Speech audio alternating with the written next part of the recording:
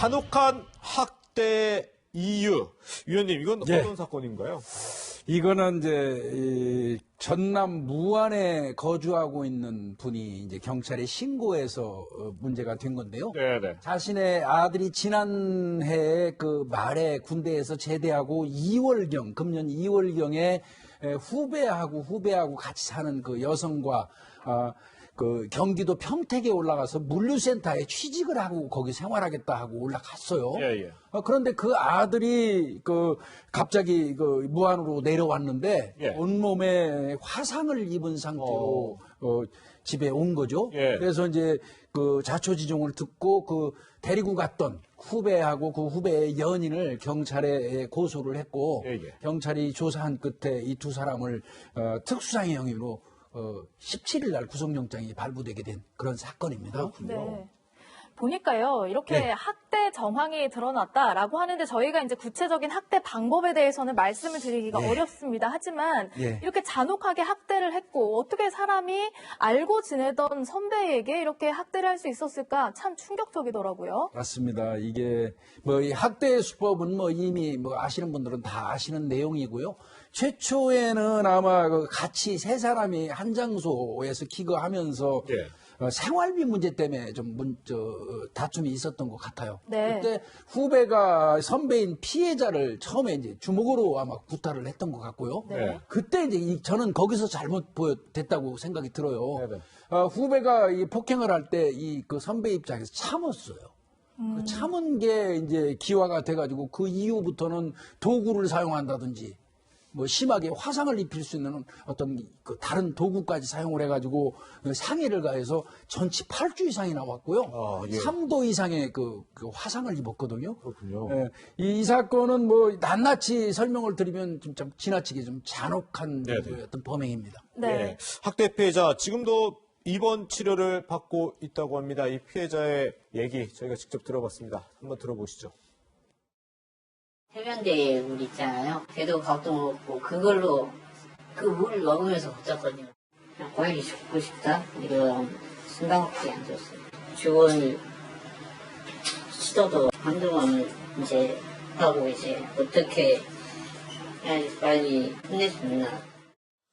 아니, 피해자가 죽고 싶다 이런 생각이 들 정도로 학대를 했다는 건데 이 학대한 이유가 있을 거 아닙니까?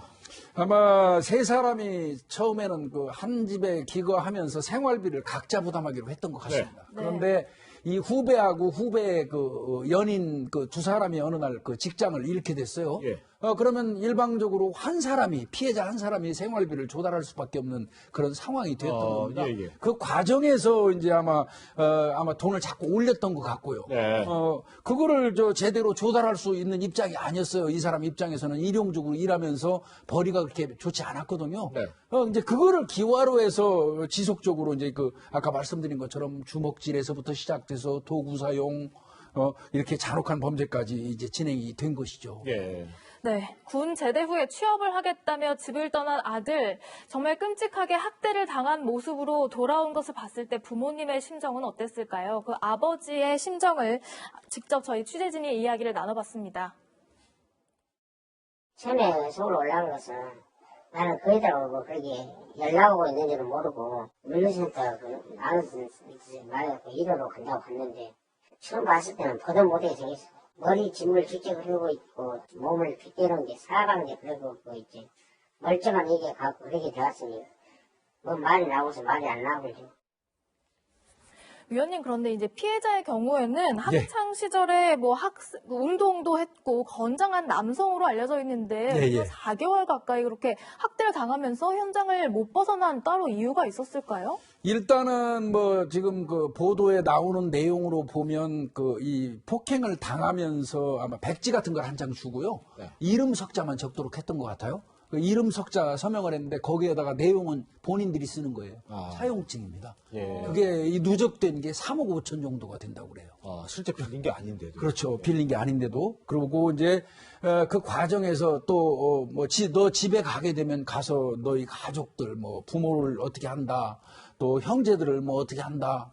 이런 해악을 고지하면서 네네. 잡아두고 있었던 걸로 이렇게 보입니다. 네. 예. 그런데 처음에는 이렇게 이 학대 처음에 출발점은 장난처럼 툭툭 주먹질을 한 거라고 하는데 이게 학대가 됐어요. 이 워낙 모수사 경력이 많으시니까 이런 경우가 흔한 건가요?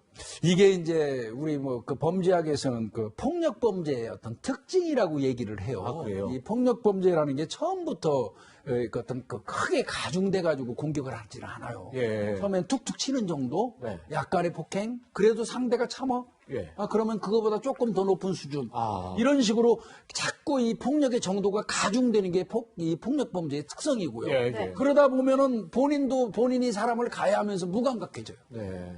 내가 저 사람을 해코지하고 있고 폭행하고 있다는 그 사실을 잃어버리고요. 네네. 그리고 이제 상습화돼 버리는. 예. 이게 이제 그 폭력 범죄의 전형적인 특징인데요. 이제 아마 우리 시청자분들이 제일 궁금한 건 그걸 거예요. 중학교 3년 후배 아닙니까? 피해자가. 예. 그러면 후배한테 이렇게 선배가 일방적으로 고문에 가까운 폭행을 당하고 참았을까? 피해자가 선배죠. 예. 예. 예, 그렇게 그 이야기할 수 있는데요. 예. 그거는 꼭 가해자하고 피해자 사이가 선후배라고 딱 단정지어서 결론 내리기는 어렵습니다. 네. 선배건 후배건 간에 한번 일견 딱 그 만만하게 받거나 네네. 아니면 본인이 기선이 딱 제압 당하는 순간부터는 지속적으로 당할 수 있는 여지는 누구나 있어요. 예. 네. 멀쩡했던 아들이 심하게 학대를 당한 모습으로 돌아온 것 자체도 속이 상하는데요. 피해자의 부모님을, 가족들을 더 분노하게 만든 이야기가 있었습니다. 직접 들어보시죠. 어떻게 그래도 다쳤는 거 알 거 아니냐 이 말이에요. 걔한테 물어보세요. 우리가 다쳐서 돈도 못 받고 같이 있었는데 우리는 복층에서 생활을 했고요. 저희는 둘 다 일을 하고 있었고 혼자 하루 종일 집에서 쉬고 있었거든요. 머리에다 물 붓고 온 사람이 누구냐고. 지가 봤죠. 지가 술 먹고 뜨거운 물인지 차가운 물인지도 모르고. 네, 일단 구속된 가해자들이 있어요. 여기에서 살인미수 혐의 등으로 만약에 추가 수사해서 네. 혐의를 변경할 가능성도 있습니까? 일단은 지금 구속영장이 17일 날 발부됐는데 혐의는 특수상해입니다. 네. 어떤 도구나 물건을 이용해서 사람의 상해를 가한 거거든요. 그런데 그 이제 뭐 경찰에서는 특수중상해. 네. 특수중상해라고 그러면 그 상해로 인해서 어느 정도 장애에 이를 정도까지 강하게 폭행했다는 뜻이고요. 예, 예.